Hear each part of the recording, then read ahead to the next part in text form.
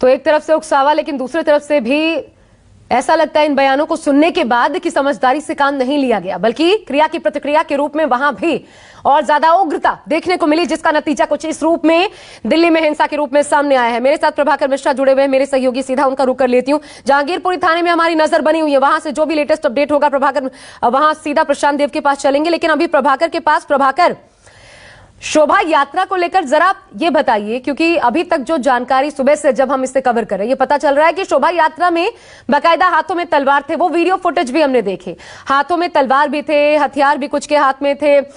ऐसे नारे जो महिलाएं अभी बता रही थी जहांगीरपुरी थाने के बाहर की, देश में रहना होगा तो जय श्री राम कहना होगा, और वो भी पुलिस की मौजूदगी में। तो ये तो पुलिस की मौजूदगी में होना नहीं चाहिए था। अगर इस प्रकार के नारे या फिर हथियार थे और संवेदनशील इलाका पहले से है, तो ये तो समझदारी नहीं कही जाएगी कि आप फिर भी उसे आगे बढ़ने दे रहे हैं। उसको पहले ही शायद रोका जाता या समझाया जाता कि इस तरीके से आगे नहीं बढ़ सकती यात्रा। शोभा यात्रा है भगवान के नाम पर, तो उसे वैसे ही शांतिपूर्ण तरीके से आगे ले जाइए।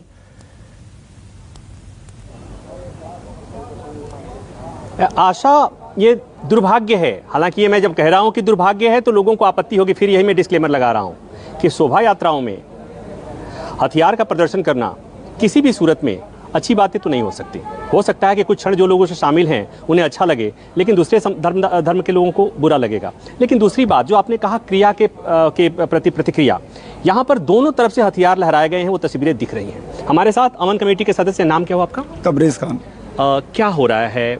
जो कल की घटना घटी उसके बाद से अमन कमेटी किस तरह से काम कर रही है? एक बात और, पहले आप ये कहें, इसके पहले मैं एक बात और कह दूं कि अमन कमेटी जब अमन भंग हो जाता है तभी सक्रिय होती है, उसके पहले भी कुछ करती है? एक्चुअली अमन कमेटी जो है बहुत ज़्यादा योगदान देती है अमन कायम करने के लिए। वो लोगों से जाके समझाते हैं, बात करते हैं, लेकिन जिस तरीके का माहौल क्रिएट किया जा चुका है आज हिंदुस्तान के अंदर, वहाँ कोई किसी की सुन के राजी नहीं है। नहीं, इसीलिए अमन कमेटी की जरूरत होती है। क्या आप ये भी कह रहे हैं कि अमन कमेटी की बात भी लोग नहीं सुन रहे हैं आपके? नहीं, आप समझिएगा, हमने ये कहा कि सुन के राजी नहीं है वो लोग हैं जिनके दिमाग के अंदर एक फितूर आ चुका है, एक भूत भर चुका है कि हमने अमन कायम करना ही नहीं है। क्योंकि आप देख रहे हैं कि यहाँ पर जो था 400-500 आदमी इधर से थे, 400-500 आदमी उधर से थे। इसका मतलब ये नहीं कि सारे के सारे लोग थे, ये वो उपद्रवी थे जिनके दिमाग के अंदर सिर्फ एक शैतानी चीजें घुसी पड़ी हैं। वही लोग ऐसा कर रहे हैं। अमन कमेटी का बहुत बड़ा योगदान रहा, दिल्ली पुलिस का बहुत बड़ा योगदान रहा कि इस मसले को ज्यादा लंबा जाने नहीं दिया गया। ठीक है, ये अच्छी बात है। इसके पहले कभी इस तरह की घटना घटी है आपके? नहीं, इस क्षेत्र के अंदर कोई घटना नहीं घटी है। 25 साल से तो मैं देख रहा हूँ यहाँ पे कोई घटना है। हमारे साथ एक और अमन कमेटी के, क्या नाम आपका? मोहम्मद आरिफ। और मैं यहाँ पीछे 35 सालों से रह रहा हूँ, और जहांगीरपुरी के अंदर में जितना हम लोगों से हो सका है शांति और अमन कायम करके बहुत अच्छी तरीक़े से एक दूसरे के साथ गले मिल करके ज़िंदगी गुजारने का हम लोगों ने अहद कर रखा है। ये कल भी शुभ यात्रा हनुमान जी हमारे भी आदर्श हो सकते हैं, और उनका हम ये कहना हमारे दिल के अंदर में भी आदर है। और उनका शोभा यात्रा 11 बजे से लेकर के 3 बजे तक ये संपन्न हो चुका था, लेकिन पता नहीं क्या हुआ बीच में या क्या करना चाह रहे थे। ये मस्जिद के पास आकर के रोज़ा इफ्तार के टाइम में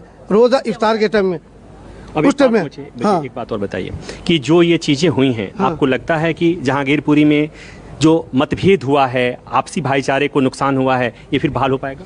बिल्कुल बहाल हो जाएगा। ये हमारे यहाँ के कोई भी लोग बिल्कुल शांति भंग करने के लिए नहीं है, शांति के पुजारी हैं हम लोग अमन चाहते हैं, हम लोग सलामती चाहते हैं।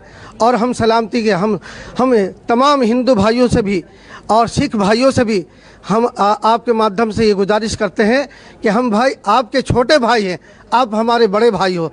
और आप ये शब्द तो समझ सकते हैं कि और हमारी शब्दावली का क्या नाम है, ये माने, तो इस माने को समझते हुए हम जैसा भी आप चाहते हैं हम वैसा करने के लिए तैयार हैं। ये हाँ, और हम अब प्लीज सब लोगों से अपील कर दीजिए कि सब शांति बनाए रखें। और सभी लोगों से आपके माध्यम से 24 के माध्यम से ये पैगाम देना चाहते हैं कि खुदारा हम लोग सलामती रखें, अमन रखें और अमन कायम रखें। अपने बच्चों को भी, नौजवान नस्लों को भी ये कहना चाहते हैं कि आप लोग घरों के अंदर में रहें और हम सबके साथ कोऑपरेट करने के लिए तैयार हैं। तो ये आपने सुन लिया, ये वही सड़क है जहाँ पर कल शाम को अशांति फैली थी। ये गवाह है, यहाँ के कुछ पत्थर भी हैं।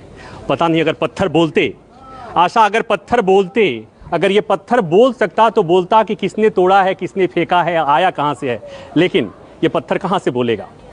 ये एक बड़ी, यहाँ बहुत लोग हैं जो जानते हैं कि सच क्या था, लेकिन उस सच को सब लोग अपने अपने हिसाब से झूठ को सच और सच को झूठ बताने की कोशिश कर रहे हैं। लेकिन सच यही है, अभी सच यही है, अभी सच यही है, अभी सच यही है कि यहाँ पर भाईचारा बिगड़ा है, लोगों में मतभेद हुआ है और ये हर हाल में इसे बहाल किए जाने की ज़रूरत है।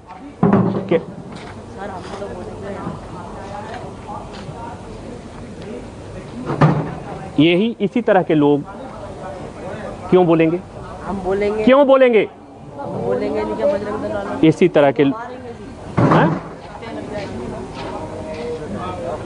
आशा हम बाद में बात करते हैं। जी जी, मैं समझ सकती हूँ, आप बने रहे। आप मैं थोड़ी देर में आपके पास आ रही हूँ। प्रभाकर, देखिए मामला संवेदनशील है और पूरी गंभीरता के साथ हमारे तमाम सहयोगी फील्ड पर इस वक्त मौजूद हैं। हम बिल्कुल ऐसा नहीं चाहते कि कुछ भी आप तक ऐसा पहुंचे जो उपद्रव फैलाए। हमारी कोशिश है जो भी निष्पक्ष तस्वीर हम आप तक पहुंचाएं वो शांति कायम करने का ही काम करें। ये 10 तस्वीरें हम आपको दिखा रहे हैं और ये 10 तस्वीरें अलग अलग माध्यमों से ये वीडियोस हैं जो कि प्राप्त हुए हैं, जिसके आधार पर पुलिस कार्रवाई कर रही है और इसी के आधार पर 14 ऐसे लोग हैं अभी तक जिनको आरोपी बनाया गया है, जिनकी गिरफ्तारी हुई है इस पूरे केस में और अभी आंकड़ा बढ़ेगा। आपको बता दूं 14 नाम, इनमें 35 साल से कम उम्र के, 35 साल और इससे कम उम्र के 22-26 साल के लड़के हैं जिनकी गिरफ्तारी हुई है। उनके घर की महिलाएं प्रदर्शन कर रही हैं जहांगीरपुरी थाने के बाहर, ये आरोप लगाते हुए कि गलत गिरफ्तारी हुई है। इन्हें देखिए, एक और तस्वीर हम आपको दिखाते हैं। इस शोभा यात्रा की 2 शोभा यात्रा जो कि सही सलामत यहां से गुजर गई थी, पूरे इलाके से कोई उपद्रव किसी प्रकार का नहीं हुआ, लेकिन तीसरे शोभा यात्रा के वक्त वहां पर माहौल बिगड़ गया। पहले बहस हुई और बहस फिर उसके बाद एक दूसरे पर पथराव में तब्दील हो गई। ऊपर से भी बिल्डिंगों से पत्थर फेंके जाने लगे और फिर जो कुछ हुआ वो हमारे सामने है। प्रभाकर मिश्रा लगातार हमारे साथ बने हुए हैं, कई वीडियोस प्रभाकर सामने आ रहे हैं और उस आधार पर गिरफ्तारियां प्रभाकर हो रही हैं। लेकिन उसी सवाल पर मैं दोबारा आ रही हूं प्रभाकर। अभी जहां इस इलाके में आप मौजूद हैं प्रभाकर, मैं तब से आपको देख रही हूं, वहां पर कोई हलचल नहीं है, वहां पर शायद लोग बाहर भी नहीं निकल रहे हैं। ये डर का कारण होगा या फिर पुलिस ने मना किया होगा? जरा वहां की तस्वीर बताइए, लोगों के मन में क्या है? आशा, लोग नहीं हैं यहाँ पर। इस सड़क पर केवल आपको पुलिस और अर्धसैनिक बल दिखेंगे और हमारे जैसे मीडिया वाले रिपोर्ट करेंगे। वो ठीक मस्जिद के सामने का इलाका है। एक तस्वीर में और दिखाना चाहूँगा कि यहाँ इस सड़क से पतली पतली गलियाँ निकली हुई हैं और उन गलियों को बंद कर दिया गया है। थोड़ा जल्दी मैं वो करूँगा। उन गलियों को बंद कर दिया गया है और इस तरह से यहाँ के लोगों को बाहर आने पर की पाबंदी है। धारा 144 लगा हुआ है। कुछ इस तरह से पतली पतली गलियाँ हैं जिसे बंद किया गया है। लोग अंदर हैं। ये है यहाँ की स्थिति।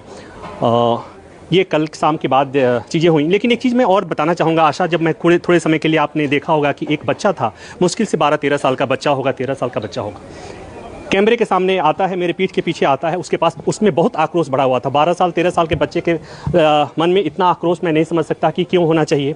फिर मैंने उससे पूछा तो वो कैमरे के सामने मेरे को चुनौती देते हुए कहता है कि हम तो बोलेंगे भी और मारेंगे भी। हो क्या गया हमारे समाज को? एक लड़का 13 साल का लड़का था, आपने देखा होगा, हमारे दर्शक हमारे देख रहे होंगे। नाबालिग लड़का है, उसके बारे में बहुत कुछ नहीं कह सकता मैं, लेकिन उसके शब्द थे ये बताने के लिए काफ़ी हैं कि विरोध, आक्रोश, नफ़रत हमारे समाज में किस कदर घर कर गई है। और वही समय समय पर फूटती है तो कभी खरगोन होता है, कभी कासगंज होता है, कभी जहांगीरपुरी होती है। और मुझे लगता है कि ये समय आ गया है जब जितने जिम्मेवार लोग हैं, वो चाहे यहाँ के जो अमन कमेटी के लोग हों या हमारे समाज के सभी वर्ग के जो प्रबुद्धशाली लोग हों, विचारक लोग हैं, जिनका कहने का, बोलने का असर होता है, या सरकार के स्तर पर बड़े बड़े राजनेता, जननायकों जिन्हें हम आजकल कहते हैं, उन लोगों की जिम्मेदारी बनती है कि समय समय पर कुछ इस तरह का संदेश दें कि समाज में जो जहर भर गया है या भर रहा है वो खत्म हो, कम हो, इसलिए कि जो अविश्वास की खाई बढ़ रही है, ये लगातार बढ़ रही है, दिनों दिन बढ़ रही है। और अगर ऐसा ही रहा तो सारे जहां में अच्छा ये हिंदुस्तान हमारा जिस पर हम नाज करते थे, जिस हिंदुस्तान पर नाज करते थे, वो तस्वीर थोड़ी थोड़ी बदनुमा हो रही है, उसकी सूरत बिगड़ रही है। आशा, बड़ी पीड़ा के साथ कहना पड़ रहा है मुझे, और ये भी पीड़ा हो रही है कि आज मैं एक मंदिर के सामने, एक मस्जिद के सामने दो संप्रदायों के बीच में हुई झड़प की रिपोर्टिंग कर रहा हूँ। दुनिया में तस्वीर जा रही है कि जिस देश दुनिया के सबसे बड़े लोकतंत्र में, जहाँ पर सब जाति सब धर्म के लोगों में एक साथ रहने की बरसों पुरानी, सदियों पुरानी परंपरा रही हो, वहाँ पर एक शोभा यात्रा, एक धार्मिक शोभा यात्रा पर दूसरे संप्रदाय के लोग पत्थरबाजी करते हैं।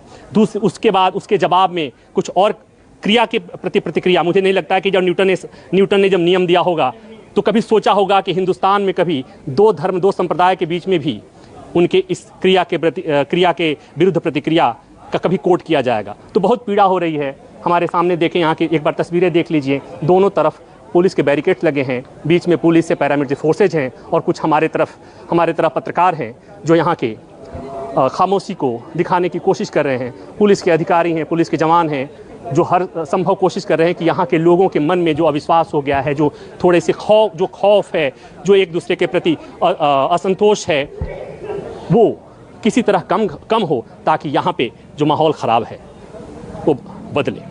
आप बने रहिएगा प्रभाकर, मैं वापस आपके पास आऊंगी। एक छोटा सा ब्रेक हम यहाँ पे ले रहे हैं, लेकिन लगातार इस बड़ी खबर पर बने हुए हैं और सबसे निष्पक्ष तस्वीर आप तक पहुंचाते रहेंगे। ब्रेक। नमस्कार, मैं हूं मानक गुप्ता।